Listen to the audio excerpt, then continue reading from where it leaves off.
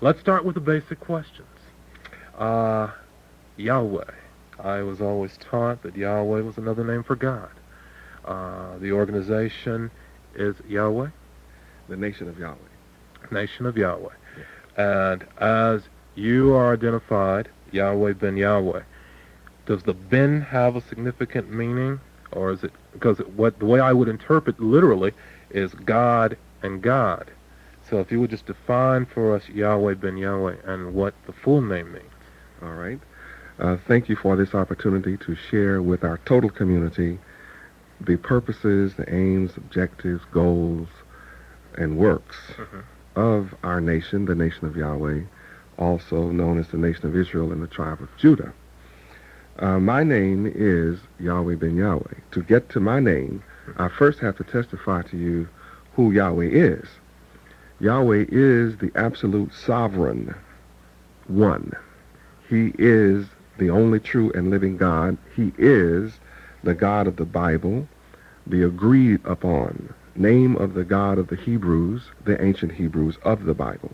So when we speak of the name Yahweh, that's who we're talking about, the one who created the sun, the moon, and the stars from the beginning. I come in Yahweh's name. I come in my Father's name.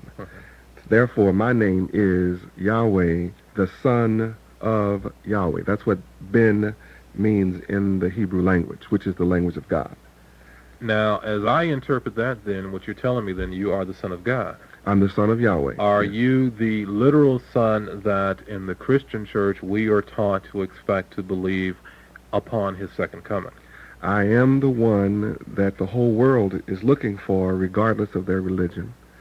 The one that is promised to come to intervene in the affairs of man with the message from our Father Yahweh before destruction comes upon this planet because of wicked ideas and wicked thoughts and practices which are antithetical to the purpose of Yahweh on the planet. Okay, now in a lot of the material that I received, there are many quotes and passages from the Bible with some of your narrative input weaved inside of it.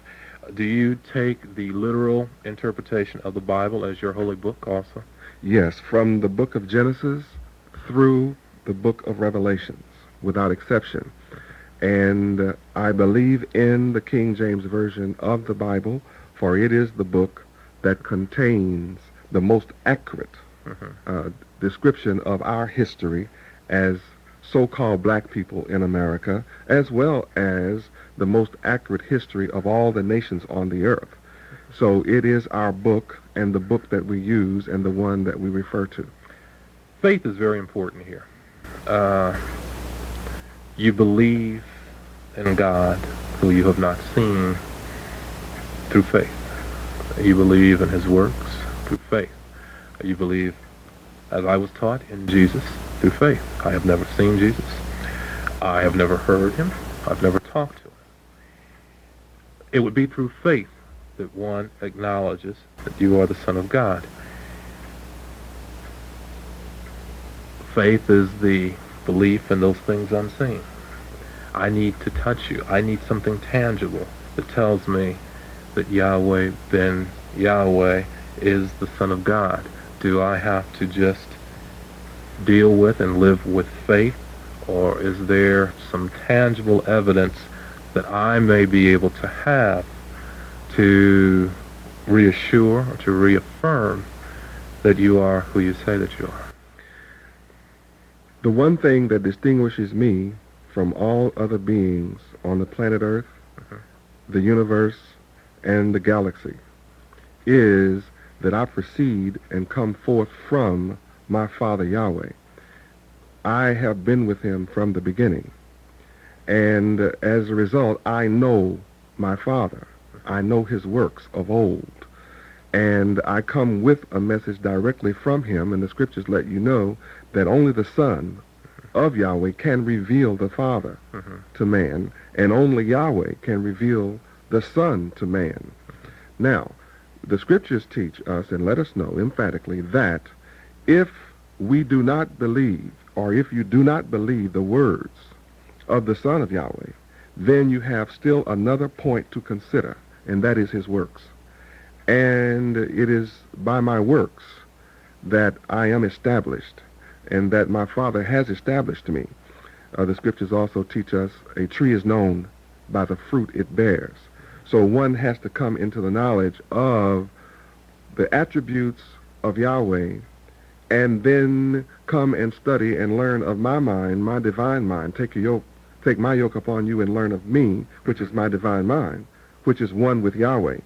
And when you do that, then you can see that I am one with Yahweh. I do not have a will separate, distinguished from my Father's will for the planet Earth.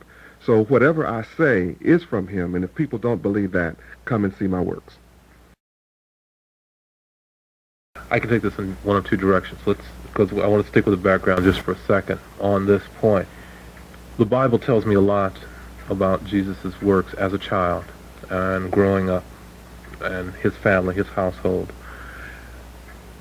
Through this period, modern day, if I can say, current, contemporary, could you tell something about before 1978 when you established your organization here in Miami, about what you were doing and your background? I can only say that I knew from a child, from age 3, that I had a divine purpose. And I spent my life learning that purpose.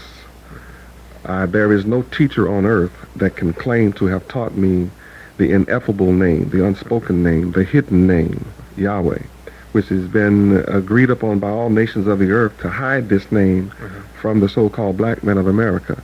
So the message that I bring from Yahweh is a message of deliverance for the black men of America first, and then to all the nations of the earth. So I've spent my entire life in that preparation. And since there is no man on the planet Earth that can claim to be my teacher, then I'm self-illuminated, and I'm self-proclaimed, I am self-taught, and this too establishes who I am. Okay, on that vein, I was caught, and this is just something that I found somewhat startling and yet somewhat unnerving slightly. When I studied Christ, he learned the job of a carpenter. He learned the application of woodwork. He learned to use his hands. Your degree, your initial degree, was in psychology. You learned the workings of the mind. You learn to understand and you learn to formulate how the mind works. There are many directions one can go when they master the human mind, and there are doctorates and doctorates and doctorates that people get, and they still don't know. They still don't understand. But it gives you a very powerful foundation to deliver your message, whatever your message may be. Why did you find it necessary to major in psychology if you have been here from the beginning and you understand human nature as it is? Because literally you have developed what we have, though we have the choice. Why did you find it necessary to study psychology versus woodworking, carpentry, or computer science, for that matter? For the same reason that I read the entire library from 000 to 999, which encompasses all the knowledge of man. And after I studied the entire library, psychology is simply but one of the many tools for the development of the mind. Why that one in particular? Well, it was not any more particular than any other discipline that I've studied. I've studied all the disciplines much more intensely than I did psychology. Psychology, psychiatry, these are inaccurate sciences. These are men who are limited themselves, who've attempted to study the mind. And what it revealed to me was the limitations of man to understand the greatest tool in the universe. Well, I think any man who's married understands how limited he is in his understanding. I think that's something that we could all agree to. But I'll tell you that tripped me up a little bit, because that gives you, and there are a lot of people who are concerned about the power that you have, and let's understand what power is. I think I define power as the ability to motivate, the ability to affect change. And some people have been somewhat intimidated by the swiftness of your accumulation of power. and how you've been able to affect change.